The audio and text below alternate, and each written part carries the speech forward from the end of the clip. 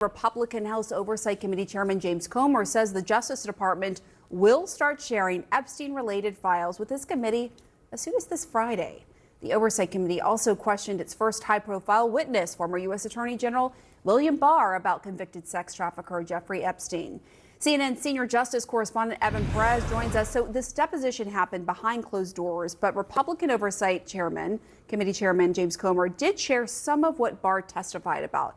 Bring us in. Yeah, well, Jim Comer is, being forced really to do these depositions because Republicans want some answers.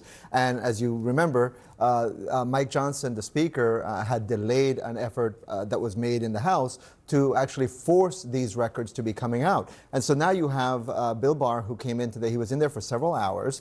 Among the things that he emerged from this was that obviously, Jeffrey Epstein committed suicide. That's what the Justice Department has found. That remains the finding. And according to this deposition, that's what Barr knew from his own investigation. He also said that he didn't find anything when he reviewed these files, anything to indicate that Donald Trump did anything wrong as part of his long-time friendship with Jeffrey Epstein. Listen to Chairman Comer talk about this. Barr said he's never seen any information that showed that he was in the files, and that he would be shocked if there was anything pertaining to President Trump that was negative, that the Biden administration wouldn't have leaked out prior to the presidential election.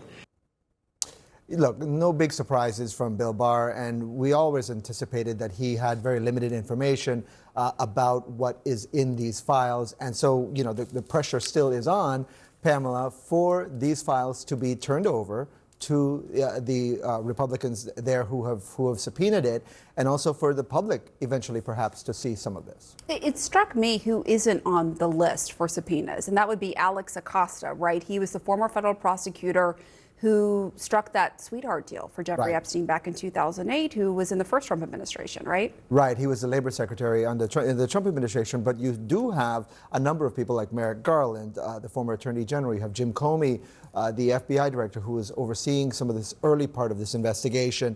Hillary and Bill Clinton are also on the list of people to be deposed.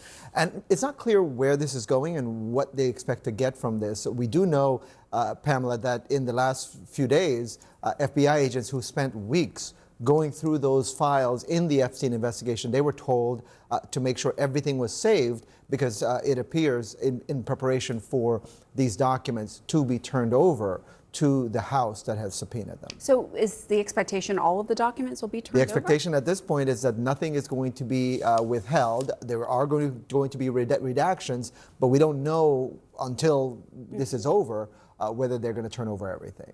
All right, Evan Perez, thank you so much. Joining us now is James Marsh. He is an attorney representing some of Epstein's victims. Thank you for joining us. I first just want to get to what I was talking to Evan about, that DOJ is preparing to potentially hand over all of the Epstein files to the House Oversight Committee, of course, with redactions.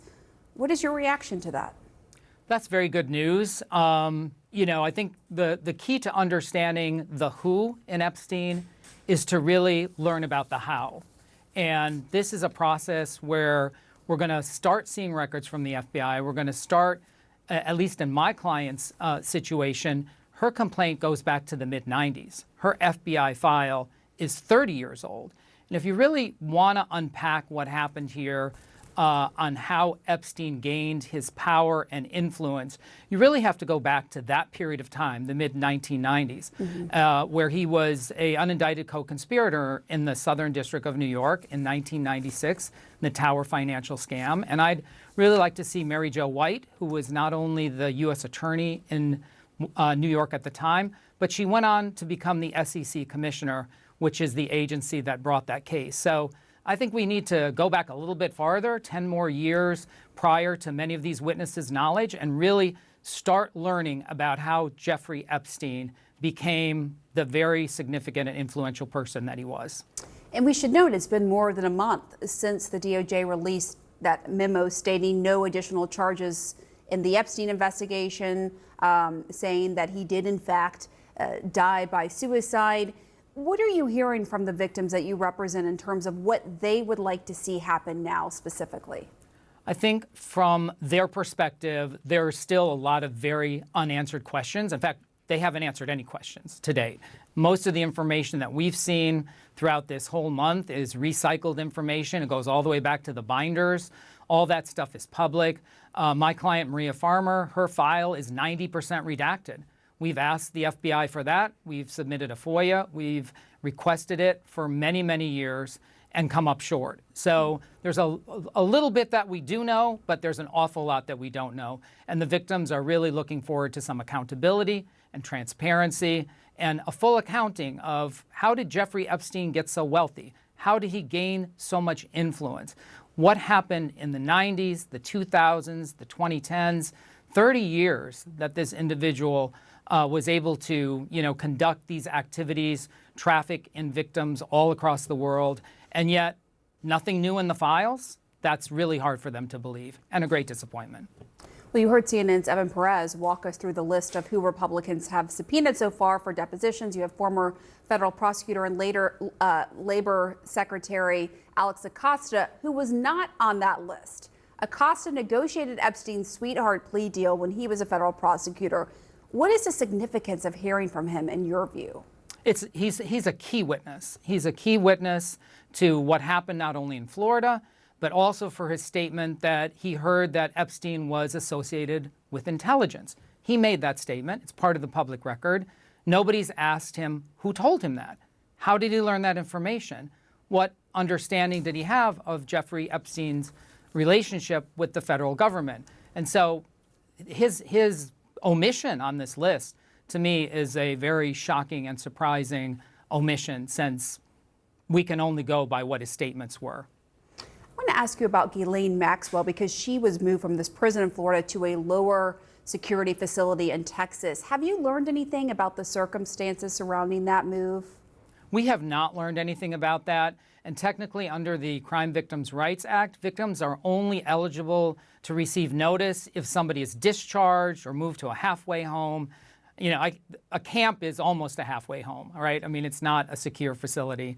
We have very few child pornography defendants in camps. Those are image distribution and possession cases. Almost all those people are at medium security facilities. I've never known any of them to go to a camp. The only time people that are sex offenders or have committed serious crimes get released to a federal camp is within months of their discharge. So it's a very atypical situation.